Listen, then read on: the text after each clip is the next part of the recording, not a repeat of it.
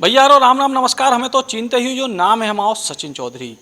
मध्य प्रदेश के बुंदेलखंड इलाके में यूं तो शिक्षा की कमी की बहुत सारी खबरें हम दिखाते हैं और इलाके में शिक्षा को स्तर भी कमज़ोर है कि हम खबरें दिखाते। लेकिन आज हम आपको एक ऐसे गांव में ले आए हैं जो अपनी शिक्षा वाली सोच के लाने जाने जाते हैं। और ये गांव में आप सुन के हैरान हो जे हो कि 150 तो अकेले सरकारी मास्टर साहब हैं और बाकी जितने बड़े बड़े पदों पे हैं वे अलग हैं। दमोह जिला के बांसा कला गांव में हम हैं और इतने के तमाम लोग हमारे संग हैं।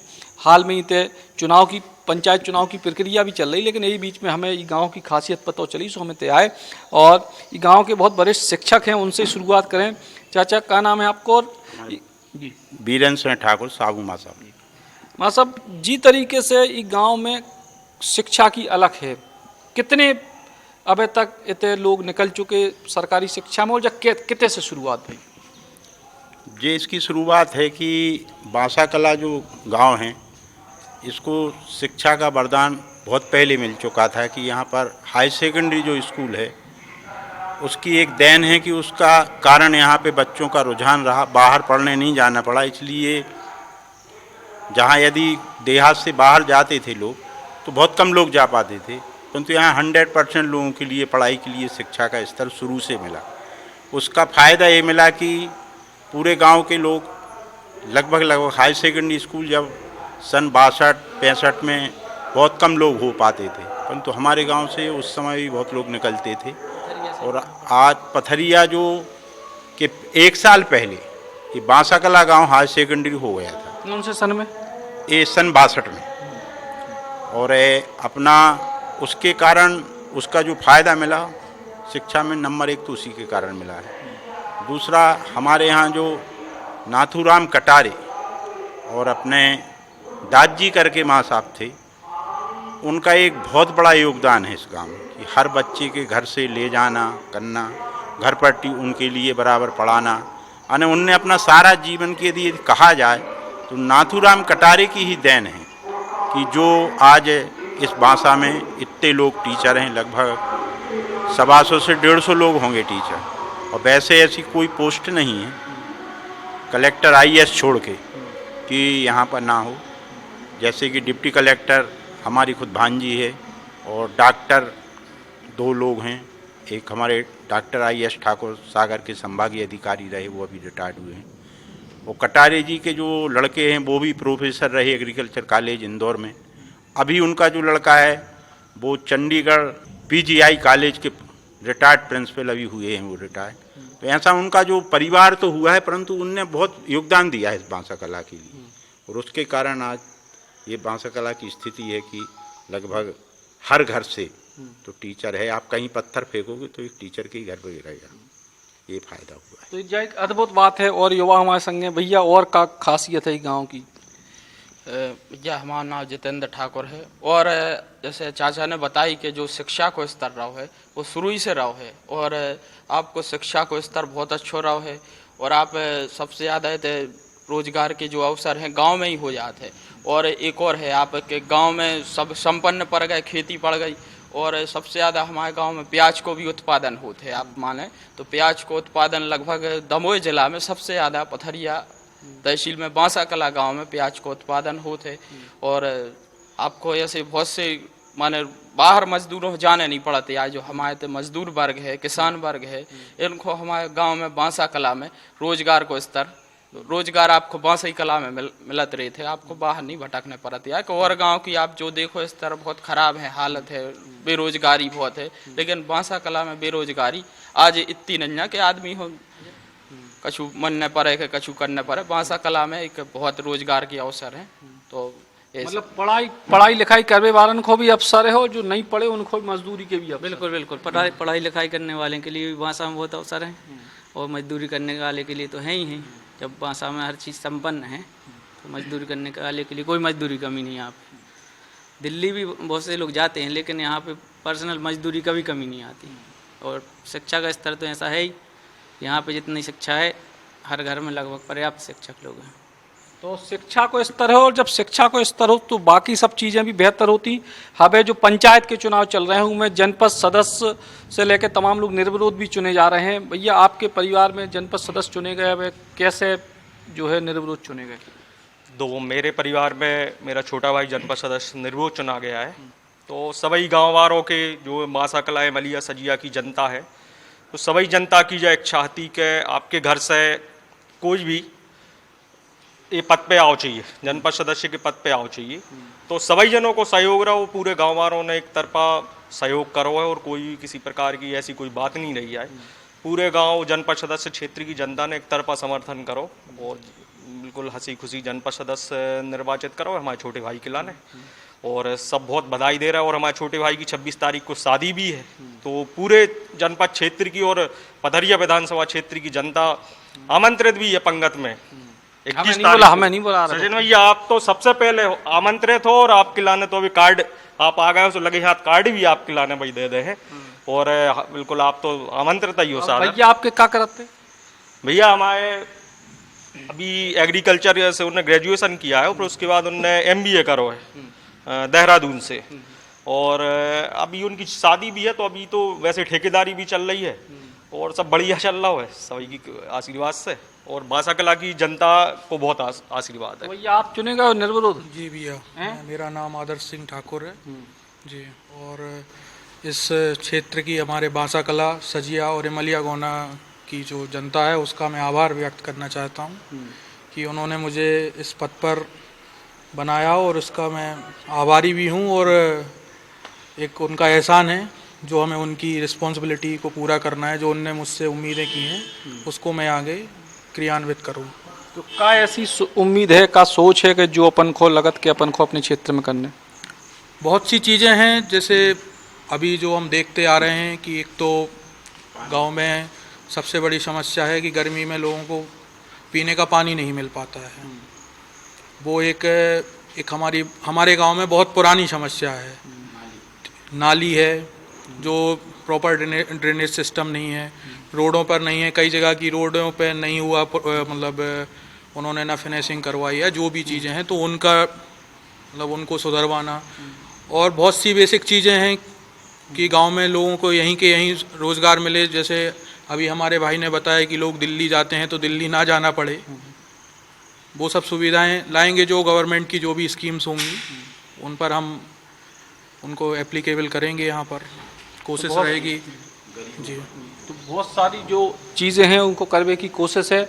और भी कछु लोग हैं। भैया त्याओ, क्या नाम आपको? नरेंद्र सिंह ठाकुर। नरेंद्र सिंह जी, जा बताओ कि गांव में अब जनपद सदस्य चुने गए, सरपंची के भी चुनाव हुई ही, तो लग रहा हो कि गांव में कछु विकास के काम हुई? जो विकास हमारे गुरु जी हैं साहू माँ साहब, हमारे बहुत प्रेमी हैं।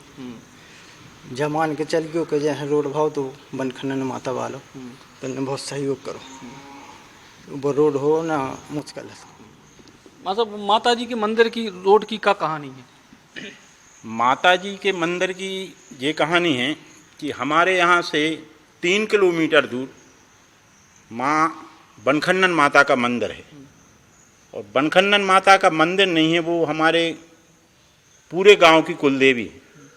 जो भी आज कृपा है इस गांव पर वो बनखन्नन माता की है। तो उसका जब से हमारे पिताजी वगैरह या हम लोग देख रहे, जब से रोड की ये समस्या थी कि कहीं कहीं तो 25 फुट की गहराई थी, गर्मी में केवल 3 से 4 महीना वहाँ गाड़ियाँ जा पाती थी, बाकी टाइम लोगों को पैदल ही जाना पड़ते थे। कुछ गांव वालों ने प्रेरणा की कि रोड बनना चाहिए। मैं पथरिया में रहता था, तो यहाँ के कुछ लोग गए कि भैया अपन एक सहयोग करें।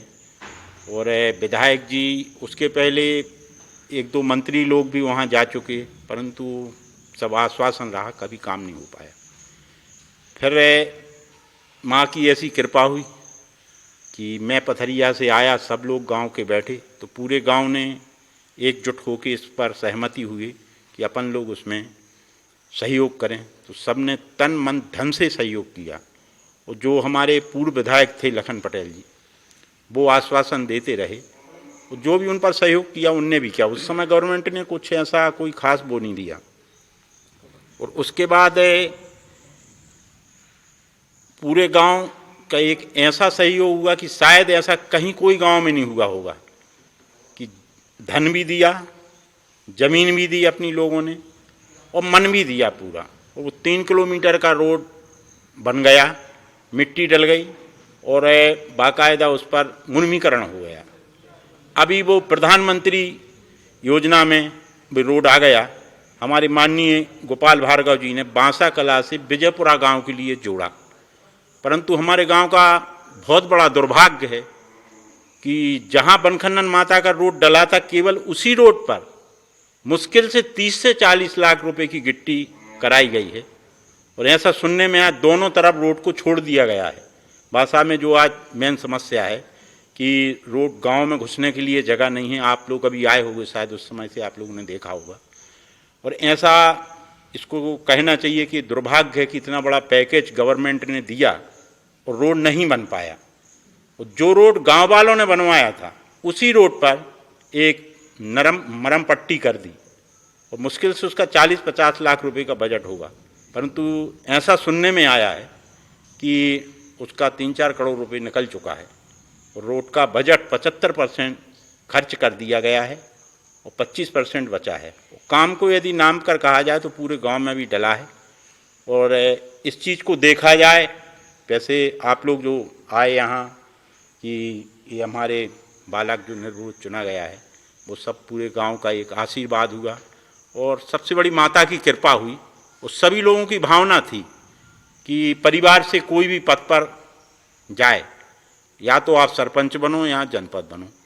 मैंने निर्णय लिया कि नहीं, मैं तो राजनीति में नहीं हूँ, मैं तो अपना एक शिक्षक हूँ और जो भी गांव का सामाजिक कार्य है अपने उसमें थोड़ा बहुत छोटा मोटा भागीदारी कर सकता हूँ, कोई राजनीति तो हमारा काम नहीं है। तो हम परिवार वालों ने बैठ के निर्णय लिया कि सरपंच का पद नहीं चाहिए, जनपद पंचायत का पद चाहिए। वो भी इसलिए कि कोई भी सरपंच बने, गरीब का यदि काम नहीं होता तो उसमें अपन हस्तक्षेप कर चुके। उसका उद्देश्य केवल इतना है कि जो गरीब लोगों का कुछ ऐसे काम नहीं हो पाया आज तक, किन्हीं कारणवश गवर्नमेंट ने नहीं देखा, या जो भी पूर्व में पदाधिकारी रहे हैं। मैं तो यहाँ 4 साल से आए, इसके पहले मैं पथरिया में रहता था। मेरी पोस्टिंग मलिया घोना ग्राम पंचायत में है और माता की कृपा से ही ये सब हुआ है। तो और भी तमाम लोग आ गए हैं, बुजुर्ग भाई। जब गांव बहुत बढ़िया है, आपको सब शिक्षित पढ़े लिखे लोग हैं, बढ़िया चुनाव होगा, तो क्या है? आशाएं हैं हम लोगों की कि लोगों का काम करेंगे। हाँ, एकजुट होके। अभी पिछली साल में, ये दूसरी साल है, हमारे यहाँ बड़ी विकट समस्या थी। जो पूरब का हार है, इसी में तीर्थ स्थान है, 2 माताएं हैं, बनखनन माता 2, एक गांव के पास में, एक गांव से 3 किलोमीटर दूर। और वहाँ जाने में सब लोग अपने आप को असमर्थता समझते।